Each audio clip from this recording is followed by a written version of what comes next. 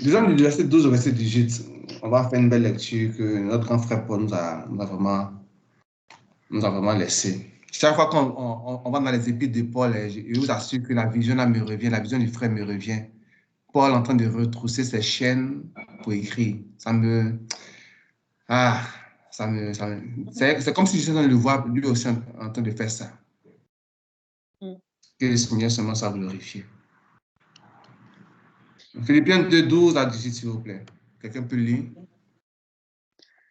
Ainsi, mes bien-aimés, comme vous avez toujours obéi, travaillez à votre salut avec crainte et tremblement, non seulement comme en ma présence, mais bien plus encore maintenant que je suis absent. Car c'est Dieu qui produit en vous le vouloir et le faire, selon son bon plaisir. Faites toute chose sans murmure ni hésitation, afin que vous soyez irréprochables et purs, des enfants de Dieu irrépréhensibles au milieu d'une génération perverse et corrompue, parmi laquelle vous brillez comme des flambeaux dans le monde, portant la parole de vie. Et je pourrais me glorifier au jour de Christ, de n'avoir pas couru en vain, ni travaillé en vain.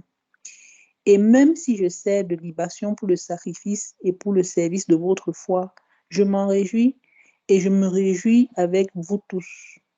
Vous aussi, réjouissez-vous de même et réjouissez-vous avec moi. Amen. Amen. Une autre lecture, une autre version, s'il vous plaît. Ok. Je vais lire en français courant.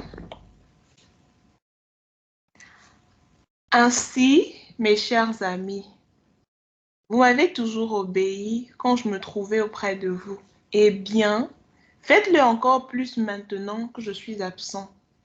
Menez à bien votre salut humblement avec respect, car Dieu agit parmi vous et vous rend capable de vouloir et de réaliser ce qui est conforme à son propre plan. Faites tout sans plainte ni contestation, afin que vous soyez irréprochables et purs, des enfants de Dieu sans défaut au milieu des gens faux et mauvais de ce monde. Vous devez briller parmi eux comme les étoiles dans le ciel, en leur présentant le message de vie. Ainsi, je pourrai être fier de vous au jour de la venue du Christ, car mon travail et ma peine n'auront pas été inutiles. Peut-être mon sang va-t-il être versé comme une offrande ajoutée au sacrifice que votre foi présente à Dieu. Si tel doit être le cas, j'en suis heureux et vous associe tous à ma joie. De même, vous aussi, vous devez être heureux et m'associer à votre joie. Amen. Amen. Amen. Voici donc une situation qui n'est même pas loin de la nôtre. Il y a une question ici de milliers d'années qui séparent Paul de nous. Mais aujourd'hui, l'appel est plus que pressant, plus que criard. Dieu nous invite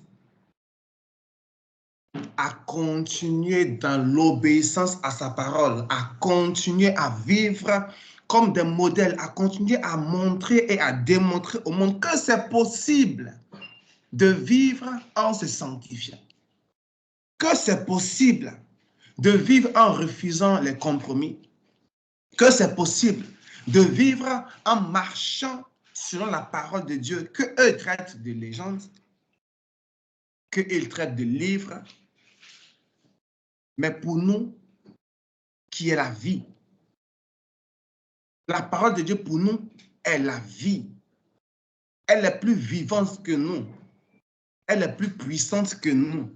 Elle est plus réelle que nous. Paul, dans ces quelques versets-là, nous appelle, nous encourage à démontrer au monde rempli de faux, rempli de menteurs, rempli de duplicité, rempli d'escrocs, rempli de voyous, rempli de brigands, rempli de toute espèce d'hommes, qu'ils soient en cravate, en complet veste ou simplement en haillons. Le péché, hein, habillé ou déshabillé, est toujours le péché. Dieu nous invite à leur montrer que, étant ses enfants, nous vivons en mettant la différence, pas par orgueil, mais simplement et simplement parce que nous l'aimons. Parce que nous l'aimons. Nous nous consacrons parce que nous l'aimons. Nous marchons dans sa parole parce que nous l'aimons. Mais ce qui attire mon regard le plus, je ne serai du tout pas long, c'est le verset 13. Paul dit ceci, car c'est Dieu qui produit en vous le vouloir et le faire selon son bon plaisir. Alléluia. Selon son bon plaisir, Dieu crée en toi, ma soeur, Dieu crée en toi, mon frère, le vouloir et le faire. Ah, donc tu plais aussi à Dieu. Que le nom du Seigneur soit béni. Donc moi aussi, je plais à Dieu. Des gens au cœur tortueux, des gens aux vies qui sentaient, des gens aux vies mauvaises. Dieu a décidé que nous puissions lui plaire. Et à cause de cela, il a tout fait. Les gens l'ont chanté, etc. Mais il a tout fait pour rencontrer notre chemin et créer dans notre cœur la volonté d'accepter Jésus et la soumission à sa parole. Dieu crée en nous le vouloir et le faire selon son bon plaisir. Ça lui plaît que ma soeur Cynthia, indépendamment de sa situation qu'elle traverse, ait à cœur de se mettre là à 18 heures pour être avec des bien-aimés. Ce n'est pas que la télévision mais le téléphone manquent. Si on parle là-bas, on peut faire 5 heures, ça ne finit pas. Ça s'enchaîne et ça s'enchaîne. Ce n'est pas que le lit non plus manque. Le matelas est bien douillet, le coussin, tout et tout. La couette aussi, ça chauffe bien dans ce temps de froid-là.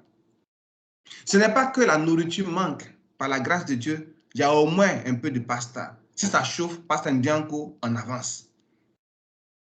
Mais Dieu regarde comme ça lui plaît et que vraiment il est content que ma sœur Cynthia soit là. Qu'elle lui consacre ne serait-ce que 2 heures le soir, 2 heures ou 1 heure le matin. Ça fait dans 24 heures, 3 heures ou 4 heures. Où elle est vraiment concentrée, où elle est vraiment attentive à Dieu. Dieu aime ça. Et il crée dans son cœur, comme il crée dans ton cœur, comme il crée dans mon cœur, la disposition qu'il faut pour que nous soyons là et que nous puissions lui appartenir. Et que nous soyons totalement à lui. Et que nous soyons totalement disposés. Dieu ne fait pas une œuvre pour qu'elle soit inefficace, pour qu'elle aboutisse à rien. Ce sont les hommes qui ont prétendu arriver au ciel. Ils ont commencé la tour de Babel. Mais comme leur œuvre n'était pas celle d'honorer Dieu, il les a confondus. Mais l'œuvre pour le roi David, de permettre seulement à Dieu de venir visiter son peuple dans un temple, a été approuvé après que Dieu lui a rappelé où est-ce qu'il était, comment il était, d'où est-ce qu'il est sorti et où est-ce qu'il a mis. Mais Dieu lui a fait grâce parce qu'il a vu que dans le cœur de David, il n'y avait rien d'orgueilleux. C'était seulement pour honorer son Dieu. Et Dieu a accepté quand Salomon, après avoir fait les holocaustes, a élevé la voix. J'aime ça. La présence de Dieu est descendue au point où personne ne pouvait rester dans ce temple-là. Personne. Dieu crée en nous le vouloir et le faire. Dieu crée en nous pour qu'il puisse se manifester. Alléluia. Dieu crée en nous le vouloir et le faire pour qu'il puisse se glorifier. Alléluia. Dieu crée en nous la disposition, la bonne disposition de cœur pour qu'il puisse se glorifier, pour qu'il puisse au travers de nos vies montrer et démontrer à ce monde-là qu'il est Dieu et qu'il est vivant, qu'il est tout-puissant et qu'il est capable d'agir avec des hommes faibles, ignorés, inconnus, pour manifester des choses extraordinaires. Dieu n'a pas fini de se démontrer. Dieu n'a pas fini d'agir. Dieu n'a pas fini. Le prophète Kakou a dit, il ne fait que commencer. Je voudrais vraiment dire, il ne fait que commencer. Parce que quand Dieu se lève pour agir, ceux qui savent que c'est Dieu qui agit prennent la tangente quand ils ne sont pas de lui. Mais ceux qui savent que c'est Dieu qui agit et qui lui appartiennent se regroupent dans ce lieu-là pour rester dans la présence de Dieu et véritablement savourer la démonstration, la manifestation, la gloire de Dieu. Si ce n'était le roi Nebuchadnezzar qui lui avait ordonné de sortir de la fournaise ardente, les trois amis seraient restés là-bas, Shadrach, Meshach et Abednego, parce qu'il y avait parmi eux Dieu qui se glorifiait. Jésus leur parlait, c'était merveilleux. Ce qu'ils n'avaient jamais expérimenté auparavant. Dans la fournaise ardente, ils l'ont expérimenté. Et le roi, écarquillant les yeux, regarde, demande à son entourage, n'avions-nous pas jeté 3 personnes dans la fournaise? Comment se fait-il qu'il y en ait 4? Quelqu'un est-il entré? C'est impossible. Ceux qui les ont jetés sont tous morts. Il était subjugué, il était époustouflé. Je ne sais pas ajoutez les mots que vous voulez. Le roi n'en croyait pas ses yeux. Comment se fait-il? Dans une fournaise ardente, on jette 3 personnes, il en enregistre qu'il en soit 4. Et tout le monde voit. Ce n'est pas que Dieu s'est caché. Il a créé dans le cœur de ces jeunes gens-là la volonté de ne point se soumettre à une adoration, je l'ai dit, mondiale, puisque c'était le roi qui gouvernait ce monde-là. Ils ont dit, oh roi, avec tout le respect qu'on a, je paraphrase, on n'adore point ton Dieu, point barre. Si tu veux tailler notre tête, si tu veux jeter nous dans le feu, c'est ton problème. Nous restons fermes. Nous adorons l'Éternel des armées. Nous adorons Jésus-Christ. Nous ne nous compromettons point. Fais ce que tu veux faire. Le roi les a pris, les a jetés. Mais le roi des rois les a recueillis. Il les attendait là-bas. Il a mis l'air conditionné. Donc, pendant que dehors, les gens recevaient la chaleur, dedans, c'était le climatiseur pour les bien-aimés. Alléluia. Jésus, qui peut se comparer à lui? Qui peut se comparer à lui? Il a créé dans le cœur de ses bien-aimés, la bonne disposition, la volonté de demeurer consacré, de rester attaché. De rester attaché. L'adoration qu'ils avaient faite n'était pas pour tous les jours, c'était seulement pour ces moments-là. Comme souvent, le péché nous dit, non, 5 minutes seulement, 5 minutes de péché, puis tu es satisfait. Un seul jour, et puis c'est bon. 1 minute, et puis c'est bon. Mais non pas accepter. Comme toi, tu n'acceptes pas et je n'accepterai pas. Comme celui qui va écouter aussi n'acceptera pas et n'acceptera point. C'est comme ça nous n'acceptons point de compromis. Parce que Dieu crée dans nos cœurs le vouloir et le faire. C'est-à-dire la ferme volonté de demeurer attaché à lui. La ferme volonté de nous séparer de ce qui n'est pas de lui. La ferme volonté d'avancer dans la sanctification. Malgré les difficultés que le corps ressent, malgré tout ce qu'il y a aux alentours, nous disons que nous n'abandonnons point. Nous restons attachés et accrochés au Seigneur. Il y a le feu, il a dit, le feu ne nous brûlera pas. Il y a l'eau, Elle ne nous submergera pas. Il y a le vent, on ne sera pas emporté. Même si mon poids à cause du jeûne a chuté, peut-être de 50, je suis tombé à 40 et que le vent des cars qui passent me tire. Le Seigneur est plus fort que les cars. Il me maintiendra ferme sur la terre. Et mon esprit est vivifié, et mon esprit est bonifié, et mon âme reçoit la vie. De sorte que quand le péché avec une odeur nauséabonde s'approche, le Saint-Esprit détecte cela et met la haine dans mon cœur, met la haine dans ton cœur pour qu'il n'y ait pas d'attachement. C'est Dieu, bien aimé, c'est Dieu qui produit en toi. C'est Dieu qui produit en moi le vouloir et le faire. Le vouloir et le faire. Quand on prend Jérémie chapitre 18, bien aimé, et que le Seigneur enseigne à Jérémie sa toute puissance, comme le potier a sur l'argile qu'il est en train de travailler, on se rend compte que nous sommes en train de faire du bluff, que nous ne sommes vraiment rien. Vraiment rien. C'est Dieu qui nous laisse agir comme ça. C'est Dieu qui nous regarde et puis il sourit. Tellement il est confiant qu'il peut tout faire, tellement il sait qu'il peut tout faire. Il sourit. Quand les hommes se lèvent, se tapent la poitrine. Allons demander à Hérode. Allons demander à Hérode. La parole dit, Hérode haranguait les foules. Il a commencé à parler. L'orgueil est monté jusqu'à ce dépasser sa tête. En un petit instant, le Seigneur l'a frappé, il est tombé.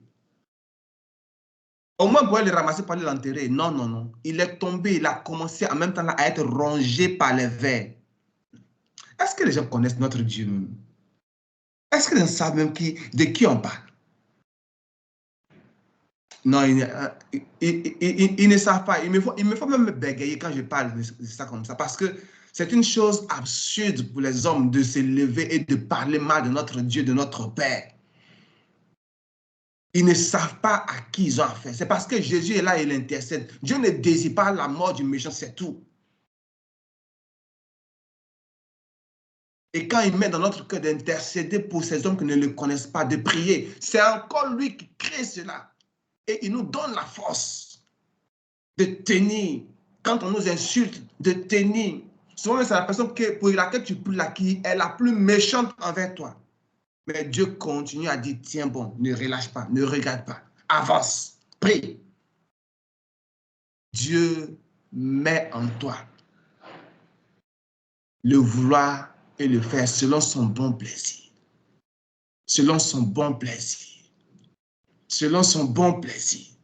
Dieu tire plaisir de notre vie de sanctification, de consécration. Dieu tire plaisir aussi de notre vie de sainteté. Mais également aussi, Dieu tire plaisir de notre orgueil pour nous enseigner l'humilité, pour nous enseigner le brisement. Parce que, étant un bon Père, il veille à ce que nous soyons équilibrés. Oui, à ce que nous soyons équilibrés. Quand il y a trop d'eau, quand il y a trop d'embonpoint, Dieu nous attire au désert. Il met les épreuves et ça nous donne encore la volonté d'aller chercher Dieu. Nous nous disposons, nous crions, nous sommes dans le désert, nous implorons, comme s'il n'entendait pas. Il nous donne de crier, de supplier. Pourquoi? Par méchanceté? Non. Il nous apprend ainsi l'humilité, le besoin de toujours dépendre de lui, la nécessité de nous rappeler que c'est Dieu qui nous ouvre les portes, la nécessité et l'absolue nécessité de nous rappeler que même le souffle que nous avons dépend de lui. Bien aimé, j'ai dit que je n'ai pas duré et je vais bientôt conclure. Pour dire que comme l'argile, j'ai parti en Jérémie 18, vraiment. Comme l'argile est entre les mains du potier, l'Éternel dit au verset 6, Jérémie chapitre 18, « Ne puis-je pas agir envers vous comme ce potier, maison d'Israël, dit l'Éternel. Voici, comme l'argile est dans la main du potier, Ainsi, vous êtes dans ma main, maison d'Israël. Comme l'argile est dans la main du potier, ainsi nous sommes dans sa main. Nous sommes dans sa main. Et donc, étant dans sa main, c'est lui qui dispose de nous. C'est lui qui dispose de ton cœur. C'est lui qui dispose de mon cœur. Si tu as la capacité de gêner, il faut savoir que c'est Dieu qui crée en toi ce vouloir et ce fait-là. Si tu as la capacité de chanter, il faut savoir que c'est Dieu qui met. Si tu as une quelconque capacité, un quelconque don, il faut savoir que à cause du plaisir que Dieu en tire, il crée ça en toi. Il met ça en moi. Soyons reconnaissants. Même la vie de consécration, il y a des gens qui se forcent pour être consacrés. Quand ils se lèvent, ils tombent. Quand ils se lèvent, ils font un jour, 2 semaines, 3 semaines, ils tombent. Quand ils se lèvent, ils tombent. Dieu voit. Il dirait, il y a un temps, ils vont se lever, ils ne vont plus tomber. Parce que Dieu, au travers de chaque sentier qu'il trace pour nous, donne un enseignement. Et chaque enseignement que nous comprenons de Dieu réjouit son cœur. Il en tire un bon plaisir. Un bon plaisir. Bien aimé, je vais conclure pour dire que, indépendamment de tout ce que nous pensons pouvoir faire, que nous croyons pouvoir faire, même si nous disons que c'est par la grâce de Dieu, souvent nous disons par la grâce de Dieu, mais nous ne pensons pas vraiment que ce soit par la grâce de Dieu parce que ça nous vient tellement naturel et spontané que nous croyons que c'est nous-mêmes. Je relis ce verset-là et puis je vais m'arrêter. Car c'est Dieu qui produit en vous le vouloir et le faire selon son bon plaisir. Que son nom soit glorifié, comme j'aime le dire. Que son nom soit béni. Et que toute la louange lui soit rendue parce qu'il nous rend capables de lui plaire. Dieu nous rend capables de lui plaire. Quel privilège, bien-aimé. À Dieu soit toute la gloire. Amen. Amen. Amen. Amen. Amen. Nous allons remercier le Seigneur